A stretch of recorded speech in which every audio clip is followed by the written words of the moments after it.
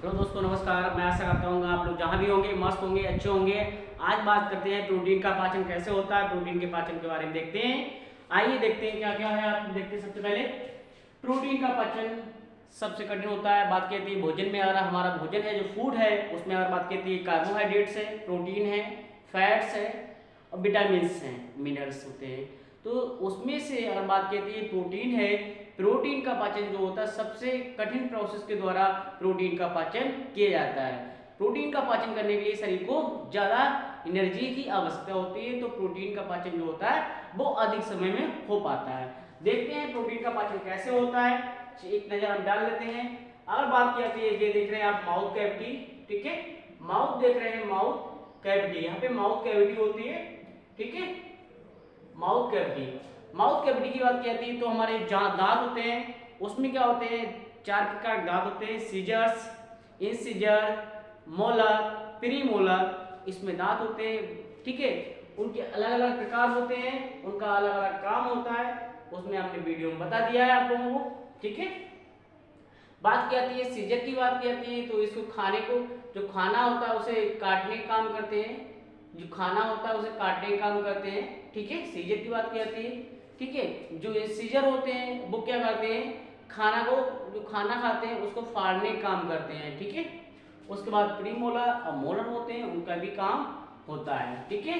बात की जाती है, देख रहे हैं आप, जो माउथ कैविटी है उसके बाद जो होता है ओसोफेगस होती है, जिसे हम महारनाल कहते हैं, इसे ओसोफेगस कहा जाता है, ठीक है। उसके बाद क्या आती है, ये है आपका अमाशय, इसे कहते हैं, अमाशय कहते हैं, या इसे अमाशय या स्टमक के नाम से जाना जाता है, स्टमक के नाम से जाना जाता है। किस नाम से जाना जाता है, स्टमक के नाम से जाना जाता है।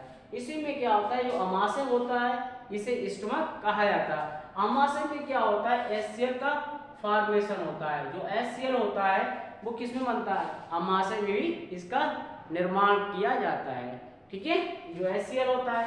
और बात क्या थी, अमाशय है, अमाशय के भी 3 भाग होते हैं। एक कहा जाता है कार्डिक कहा जाता है, कार्डिक इसलिए कहा जाता है कि हृदय के समीप होने के कारण इसे कार्डिक कहा जाता है, हृदय के समीप होने के कारण इसे कार्डिक कहा जाता है। इसके बाद इसके नीचे वाला जो भाग होता है इसे फंडस कहा जाता है। इसके नीचे बाद इसमें होता है पारोलस होता है, तो इसे पारोलस के नाम से जाना जाता है। तो स्टमक हमने 3 भागों में बांट लिया, कार्डिक, फंडस और पारोलस। बात की जाती है, यहाँ पे जो देख रहे हैं आप, लीवर है, शरीर की सबसे बड़ी ग्रंथि होती है, ये लीवर है। यहाँ पे गाल ब्लैडर है, गाल ब्लैडर क्या करता है कि पित्त का निर्माण करता है, बाइल जूस का निर्माण करने का काम किसका है, लीवर का है, लेकिन स्टोर कहाँ होता है, गाल ब्लैडर में स्टोर होता है। उसके बाद की जाती है, ये इसकी एक नली यहाँ से जुड़ी हुई, किसमें जुड़ी, स्टमक में जुड़ी हुई, यहाँ से आके जुड़ जाती है। उसके बाद आप देख रहे हैं ये पेनक्रियास है। पेनक्रियास जो होता है, इसमें जो पूर्ण पाचक रस कहा जाता है इसको, पेनक्रियास को। पेनक्रियास में क्या होते हैं, बात कहते हैं, यहाँ पे क्या होता है, लाइपेज होता है, लाइपेज होता है, लाइपेज होता है, अमाइलेज होता है, ट्रिप्सिन होते हैं। तीनों का पाचन हो जाता है, लाइपेज का पाचन हो जाता है और अमाइलेज का भी पाचन करता है। यहाँ पे 3 एंजाइम्स जो होते हैं, लाइपेज, अमाइलेज, ट्रिप्सिन, ये तीनों एंजाइम जो होते हैं पेनक्रियास में उपस्थित होते हैं। लाइपेज, अमाइलेज, ट्रिप्सिन, तीनों एंजाइम जो होते हैं वो पेनक्रियास में उपस्थित होते हैं। लाइपेज जो होता है, और बात करते हैं लाइपेज की, बात की थी तो लाइपेज होता है बसा का, जो है बसा होती है, फैट, फैट का पाचन कौन करता है, फैट का पाचन करने के लिए लाइपेज का उपयोग किया जाता है। अमाइलेज की बात की जाती है, जो अमाइलेज है ये क्या होता है कि स्टार्च का, जो स्टार्च होता है, स्टार्च का पाचन कौन करता है, अमाइलेज जो है वो स्टार्च का पाचन करता है।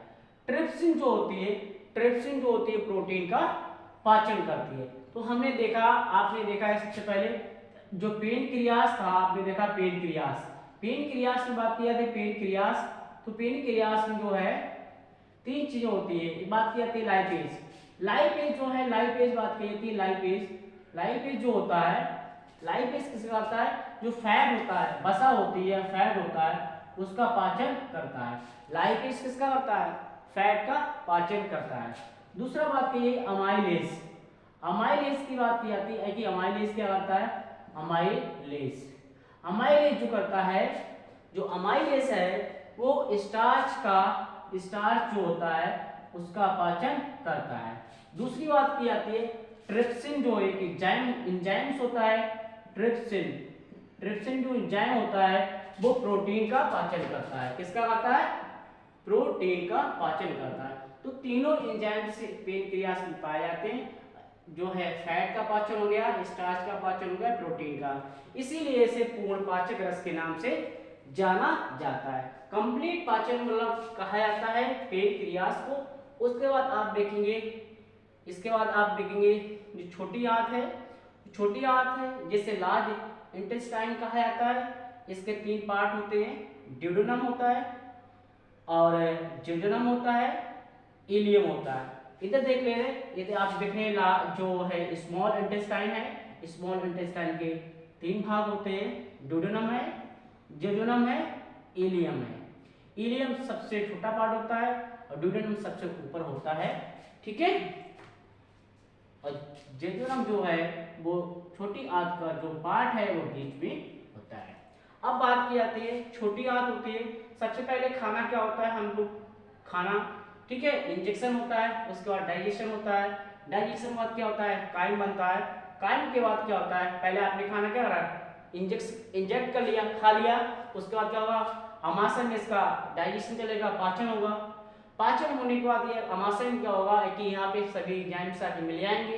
जब एंजाइम्स आके मिल जाएंगे तो एक काइम का रूप ले लेगा, खाना क्या हो जाएगा, मिल जाएगा पूरी तरीके से, उसमें सलावा और एंजाइम्स वगैरह सब मिल जाएंगे तो खाना कैसा हो जाएगा, काइम के रूप में हो जाएगा।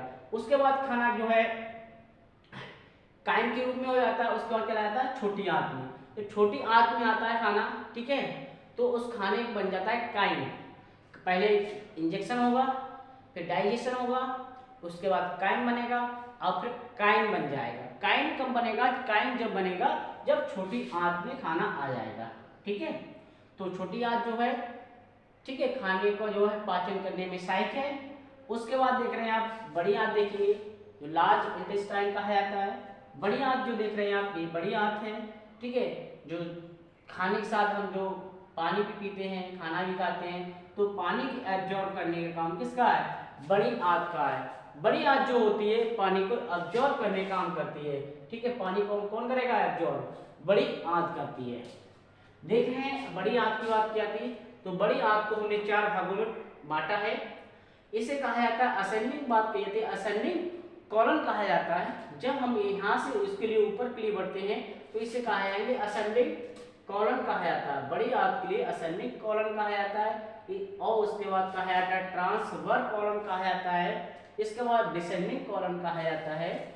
और यहाँ पे जो यहाँ मिलती हैं फोल्ड होती है तो इसे सिग्मोइड कॉलन कहा जाता है, ठीक है। तो हमने बड़ी आंत हो गई या लार्ज इंटेस्टाइन हो गई, लार्ज इंटेस्टाइन को भी 4 पार्ट में बांट लिया, ascending colon, transverse colon, descending colon और सिग्मोइड कॉलन, ठीक है, लार्ज इंटेस्टाइन। अब यहाँ पे हमने देख लिया छोटी आंत, बड़ी आंत, लीवर, पेनक्रियास, स्टमक, ओसोफेगस, ठीक है। अब ये क्या है, रेक्टम है, ठीक है। जब खाना पूरी तरीके से पच जाता है और वेस्ट जो चीज होती है वो रेक्टम में इकट्ठी हो जाती है। जो रेक्टम होता है इसे कहा जाता है मलाशय कहा जाता है। तो रेक्टम में जो वेस्ट मटेरियल है वो यहाँ पे कलेक्ट हो जाता है, उसके एनस के माध्यम से क्या होता है, बाहर चला जाता है, ठीक है। अब हम देखेंगे, हमने इतनी चीजें देख लिया है, अब इसके बाद हम देखेंगे कैसे कैसे क्या होता है। तो इंजेक्शन क्या होता है, इंजेक्शन उसे कहा जाता है जब खाना को हमने इंजेक्ट कर लिया, जब हमने अपने शरीर में खाना को इंजेक्ट कर लिया उसे कहा जाता है इंजेक्शन। इंजेक्ट होने के बाद क्या खाना का होगा, पाचन होगा, खाना क्या होगा, पाचन होगा, डाइजेशन सिस्टम चलेगा, पाचन होगा। पाचन होने के बाद खाना बन जाए काइम। कभी कभी पलटी हो जाती है तो क्या होता है, वो काइम कहलाता है, ठीक है। काइम के बाद क्या होता है, काइम कहलाता है जब छोटी आंत में खाना पहुंच जाएगा, जब बिल्कुल तरीके कहते हैं बिल्कुल खाना पिस जाएगा पूरी तरीके से। काइम के बाद जो फोर्थ कंडीशन आती है उसे काइम कहते हैं। उसमें उसके बाद क्या होता है कि खाने में से जो खाने का पूरा पाचन हो गया है, उसके बाद जूस जो होता है खाने में से मुख्य सोर्स होते हैं, ठीक है, खाने का जो मुख्य घटक होता है उसे जूस कहा जाता है। उसे जूस को क्या करेगा, लीवर एब्जॉर्ब कर लेगा। जो लीवर है, जो आप देख रहे हैं लीवर है, उस जूस को क्या करेगा, अपने पास स्टोर कर लेगा, अपने आप पास रिसीव कर लेगा। ठीक है, लीवर क्या करेगा, उस जूस को क्या करेगा, जो रिसीव कर लेगा, और रिसीव करने के बाद क्या होता है, उसको ब्लड में मिला देगा। अगर लीवर, आपने खाना खाया, चाहे आपने 1 रोटी खाई चाहे 20 रोटी खाई होगी, अगर खाना पच भी गया आपका, आपने इंजेक्ट भी कर लिया, डाइजेशन भी हो गया, और कायम भी हो गया, कायम भी हो गया, और जूस भी बन गया, मुख्य घटक भी तैयार हो गया आपके पास, लेकिन लीवर आपका सही नहीं है, लीवर ने क्या करा, उसको रिसीव नहीं किया और ब्लड नहीं ले गया उसे। ठीक है, अगर वो जूस जो है ब्लड में नहीं मिला तो आप अधिक समय तक जीवित नहीं रह पाएंगे। तो आपका लीवर का सही होना बहुत जरूरी है। ठीक है, तो इतनी बात आपने सुनी कि लीवर के बाद क्या है, लीवर इसे रिसीव कर लेगा और ब्लड में मिला देगा, ब्लड क्या कर देगा, इसे पूरी बॉडी में बांट देगा। इसी प्रक्रिया को एसिमिलेशन कहा जाता है। इसी प्रक्रिया को एसिमिलेशन कहा जाता है। इसी प्रक्रिया क्या कहा जाता है, एसिमिलेशन कहा जाता है।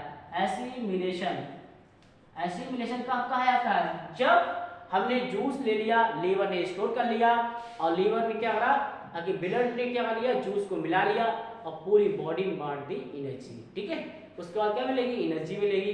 उस घटना कहा जाता है एसिमिलेशन कहा जाता है। अब हम देखते हैं कि प्रोटीन का पाचन कैसे होता है। ठीक है, तो खाना जो हमारा है, खाना बात की जाती है, अगर आप फूड बात की जाती है तो फूड में कई चीजें हैं ना, एक चीज थोड़ा ना है, बात की जाती है। सबसे पहले कार्बोहाइड्रेट है, कार्बोहाइड्रेट है। ठीक है, कार्बोहाइड्रेट है। उसके बाद की जाती है प्रोटीन है, प्रोटीन है। उसके बाद की जाती है फैट है, विटामिन्स है, विटामिन्स हैं, और मिनरल्स हैं। तो हमें देखना है, अभी किसका देखना है, हमें देखना है प्रोटीन का पाचन, क्योंकि प्रोटीन का पाचन सबसे कठिन होता है और बहुत देर में होता है। तो हमें देखते हैं कि प्रोटीन का पाचन कैसे कैसे होता है और किन किन अंगों में प्रोटीन का पाचन होता है।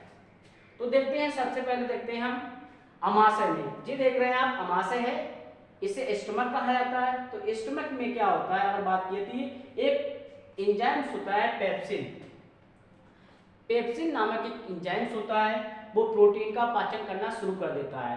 पेप्सिन नामक प्रोटीन होता है, कहाँ होता है, पेप्सिन नामक जो पेप्सिन होता है, जो पेप्सिन है वो क्या है, एंजाइम्स है, अब वो प्रोटीन का पाचन करना शुरू कर देता है, प्रोटीन को तोड़ना शुरू करता है। तो प्रोटीन को तोड़ता है, किसमें प्रोटीन को तोड़ देता है, पेप्टोन में तोड़ देता है। प्रोटीन को, जो पेप्सिन है, प्रोटीन को पेप्टोन में तोड़ देता है। जी घटना कहाँ घटती है, जी अमाशय में घटती है। अमाशय के कार्डिक वाले जो पार्ट है उसमें ये घटना घटती है। उसके बाद क्या होता है कि जो पेप्टोन है, प्रोटीन जो है, जो प्रोटीन किसमें टूट गई, पेप्टोन में टूट गई। अब क्या होगा कि ट्रिप्सिन जो एंजाइम्स है, जी मिलेगा आपको पेनक्रियास में। पेनक्रियास जो होता है, अग्नाशय बोला जाता है हिंदी में, इसको पेनक्रियास कहा जाता है। अब पेनक्रियास, उसमें क्या है, ट्रिप्सिन एंजाइम्स है। ट्रिप्सिन एंजाइम्स क्या करेगा, पेप्टोन को पेप्टाइड में तोड़ देगा। ठीक है, पेप्टोन को क्या तोड़ देगा, पेप्टाइड में तोड़ देगा। कौन तोड़ेगा, ट्रिप्सिन एंजाइम जो है वो पेप्टोन को पेप्टाइड में तोड़ देगा।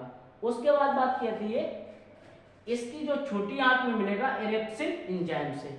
छोटी एंजाइम जो होती है, इलियम वाला जो पार्ट होता है, इलियम, ये इलियम है आपको दिख रहा है, तो यहाँ पे क्या मिलेगा आपको, एरेप्सिन एंजाइम्स मिलेगा और पेप्टाइड को अमीनो एसिड में तोड़ देगा।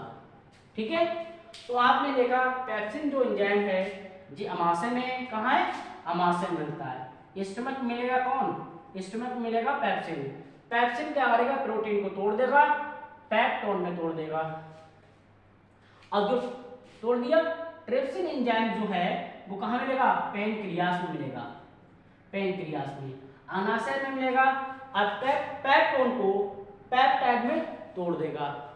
उसके बाद आपने देखा एरेप्सिन एंजाइम्स है जी, कहाँ मिलेगा, जी आपको मिलेगा इलियम में, इलियम मिलेगा। और जी किसमें तोड़ देगा, अमाइनो एसिड में तोड़ देगा, अमीनो एसिड में टूट जाएगी। अंततः प्रोटीन जो है हमारी वो अमीनो एसिड में टूट जाती है और प्रोटीन का पाचन पूरा हो जाता है। तो दोस्तों आप कैसा लगा इसके माध्यम से बताइएगा। धन्यवाद दोस्तों।